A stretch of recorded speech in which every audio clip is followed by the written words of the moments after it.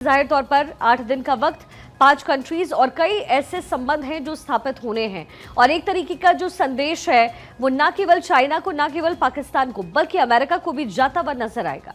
देखिए, प्रधानमंत्री नरेंद्र मोदी लंबे समय से अपने जो विदेश नीति है उसके लिहाज से जो साउथ ग्लोबल की लीडरशिप है उसकी तैयारी में है और ये जो जिसको 10 सालों में सबसे बड़ा दौरे के लिहाज से देखा जा सकता है, शिखा, उस दौरे में भी आप साउथ लीडरशिप की साउथ ग्लोबल की लीडरशिप के लिहाज से ये जो दौरे हैं 5 देशों के वो बेहद महत्वपूर्ण हैं। लैटिन अमेरिका हो गया, इसके साथ साथ आप देखें कि अफ्रीका हो गया, कैरेबियन हो गया, इसके अलावा ऊर्जा, ट्रेड को लेकर ये 5 देश में ट्रेड को लेकर बेहद महत्वपूर्ण है। और ना सिर्फ ये जो छोटे देश हैं उनके साथ साथ बल्कि भारत के लिए भी, क्योंकि अर्जेंटीना एक ऐसा देश है जहाँ से भारत सनफ्लावर ऑयल और ये ऑयल का जो है इंपोर्ट कराता है।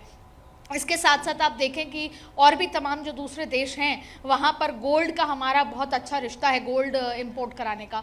तो जाहिर तौर पे भारत के लिए भी ये बेहद महत्वपूर्ण है। और इसके साथ साथ अगर हम बात करें तो एनर्जी, फूड, ट्रेड और ऊर्जा, इन तमाम सेक्टर्स में भारत का जो ये 5 देशों का दौरा है, जो ये 7 दिवसीय दौरा जिसको कहें 8 दिवसीय दौरा, ये अपने आप में एक तो सबसे बड़ा दौरा है इन राज्यों में जाकर। और देखिए, ब्रिक्स के समिट में जाएंगे, वो अपने आप में बेहद खास हो जाता है।